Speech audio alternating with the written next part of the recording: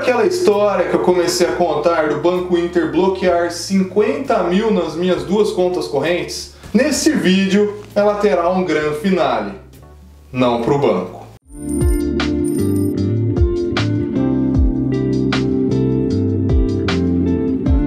Meu nome é Andrei e esse é o canal Inquilino Rico.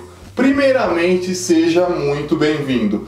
Faz um tempinho que eu gravei a parte 1 e eu tava devendo para vocês a parte 2 com o final da história do bloqueio indevido no valor de aproximadamente 50 mil reais feito pelo Banco Inter nas minhas duas contas correntes que eu tinha com eles.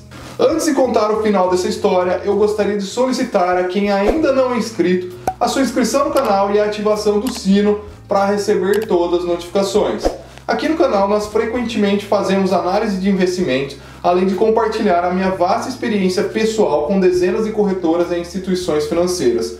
Informações estas que, com certeza, serão bastante úteis para qualquer investidor. E nem só de glórias vive um investidor. Falando em perrengue, vamos à segunda parte da nossa história. Eu aconselho que quem ainda não assistiu, assista a primeira parte que eu vou deixar aqui no card. Só recapitulando, eu estava com as duas contas correntes bloqueadas. Havia aberto uma reclamação no Reclame Aqui, enviado uma reclamação ao Banco Central e ajuizado uma ação contra o banco pedindo a reabertura das contas correntes bloqueadas no prazo de 24 horas, sob pena de multa diária no valor de 5 mil reais.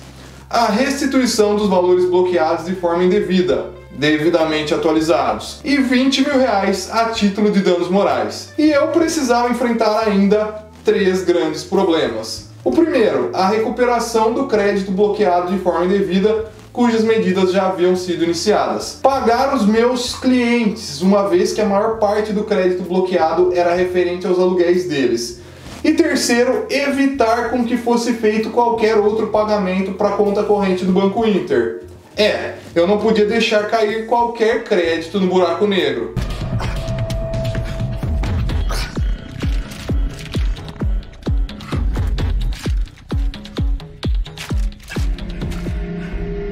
Skyler, where is the money? I gave it to Ted. Basicamente eu estava naquela situação que se correr o bicho pega, se ficar o bicho come. Mas eu sou o tipo de pessoa que sempre tem um plano B. Now the rest of the plan is simple. I fly to the moon. I shrink the moon. I grab the moon. I sit on the toilet. What? E o meu plano B iniciou-se a partir de duas contas pessoa jurídica que eu já possuía, que não tinham saldo, mas ao menos me pouparam o trabalho de ter de sair correndo atrás de banco para abrir uma nova corrente para a empresa de uma hora para outra de forma desesperada. Afinal, só quem tem conta pessoa jurídica sabe como é burocrático abrir uma conta para a empresa aqui no Brasil. E eu tinha uma conta na Fintech Cora, que eu altamente recomendo, que vai render um vídeo do canal em algum momento, e também na cooperativa de crédito Cicobi. Assim sendo, em paralelo às medidas que eu iniciei contra o Banco Inter para reaver o crédito, eu notifiquei a todos os meus credores para que, em hipótese alguma, realizassem depósitos e outros pagamentos naquela conta. Faltava ainda o pagamento dos aluguéis aos proprietários. Teve gente que sugeriu que avisássemos sobre o ocorrido aos nossos clientes e que informássemos que, por conta disso, haveria um atraso no repasse dos aluguéis deles. Porém, eu entendo que isso iria machucar a credibilidade da minha empresa. Eu tinha investimentos suficientes para cobrir o rombo, porém, como eu normalmente faço aplicações de longo prazo, se eu fosse resgatar antecipadamente, eu teria algumas perdas. Assim sendo, quem me ajudou nessa situação foi a minha família. Eu fiz alguns empréstimos com meu pai e meu irmão, que eu acabei saldando alguns dias depois. No entanto, graças a eles, nós não atrasamos o repasse de nenhum dos nossos clientes. Mas e o processo? Bom, vamos então à batalha na justiça.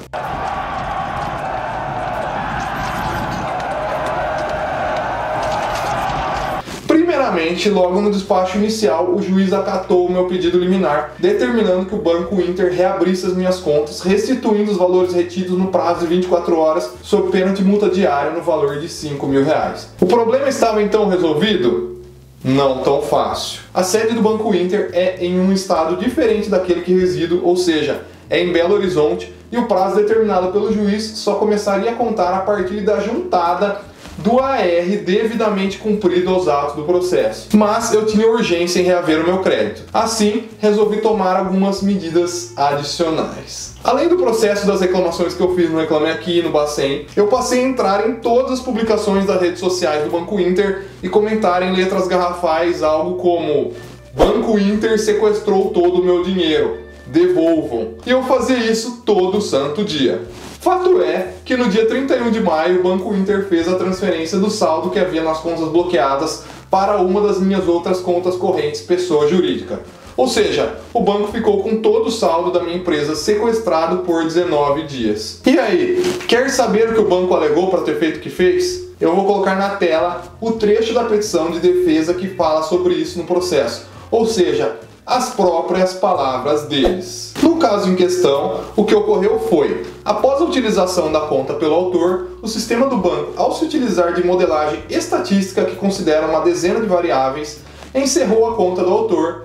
Vale frisar que, ao cancelamento, se deu por critérios internos do banco e de acordo com o sistema utilizado pelo requerido, que avalia várias situações diferentes. Um pouco mais abaixo, disseram o seguinte: o cancelamento de conta de um consumidor pelo desinteresse comercial da instituição financeira de continuar a relação comercial é totalmente devido e regulamentado pelo Banco Central, não havendo se falar em qualquer tipo de arbitrariedade por parte do requerido. Ou seja, falaram e não falaram nada. Não esquecido do povo todo esquecido. E também não poderia deixar nunca de ver com trabalhadores que não teve nenhum pedido de desculpas, não assumiram o erro. Simplesmente disseram que encerraram a conta por desinteresse comercial e que tal conduta é devidamente regulamentada pelo Banco Central. E é assim mesmo? Não exatamente. Olha só o que diz o artigo 12 da Resolução do Banco Central do Brasil, número 2025 de 1993.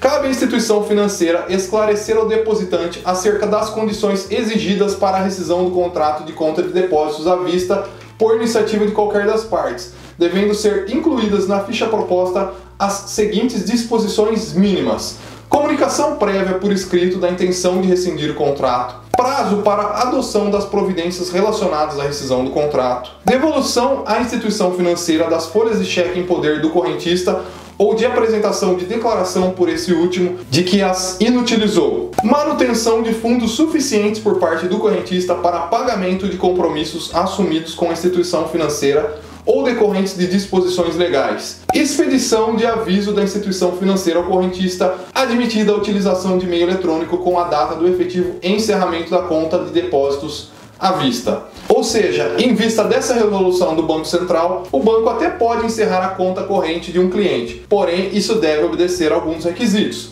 Requisitos esses que não foram respeitados pelo Banco Inter e que, por conta disso, me geraram um grande transtorno. De todo modo, a sentença do juiz de primeiro grau foi no sentido de que o banco poderia ter encerrado minhas contas, contanto que tivesse obedecido os requisitos do artigo 12 da resolução que acabei de citar. Não tendo obedecido aos requisitos, ele foi condenado ao pagamento de R$10.000 para mim a título de danos morais em vista dos transtornos causados. Tanto o banco quanto eu apelamos da decisão. O banco sob a alegação de que não teria feito nada de errado. Eu apelei por dois motivos. Sob meu entendimento, se a resolução do Banco Central não foi respeitada, a conta deveria ser reaberta e o banco deveria iniciar do zero o procedimento de fechamento da conta. Ou seja, eu achei incoerente a decisão do juiz de manter a conta fechada se o procedimento previsto em lei não foi respeitado. O segundo motivo do meu apelo foi para majorar os danos morais. R$10.000 não reflete nem de longe o transtorno que eles causaram na minha vida. Eu queria que fosse fixado pelo menos o dobro desse valor. Se bem que, em nosso país, infelizmente tem muito juiz que decide o valor do dano moral como se fossem eles que tivessem que pagar. Ou seja, os valores das condenações em danos morais são bem mais baixos do que os normalmente conferidos em países desenvolvidos para situações semelhantes. Bom, não vou me alongar nesse ponto, mas eu quero saber aqui o que você acha. A sentença foi justa ou injusta? R$10.000 foi o suficiente para me recompensar em face de todos os transtornos que eles causaram? Comente aí abaixo. Concluindo a parte jurídica, em apelação não houve nenhuma alteração substancial na decisão de primeiro grau. A apelação do banco foi improcedente e a minha foi parcialmente procedente somente para alterar uma questão relativa à sucumbência. O valor da indenização por danos morais ficou o mesmo em R$10 mil. Mas ressalto aqui que um dos desembargadores do Tribunal de Justiça, em voto que foi vencido pela turma, anotou que o encerramento das minhas contas correntes teria sido irregular em vista do fato de que o banco só poderia encerrá-las se tivesse um motivo idôneo para tanto. Esse voto vencido foi lavrado pelo desembargador Carlos Alberto Torres, da 18ª Câmara de Direito Privado do Tribunal de Justiça do Estado de São Paulo. Um voto heróico em defesa do direito dos consumidores, diga-se.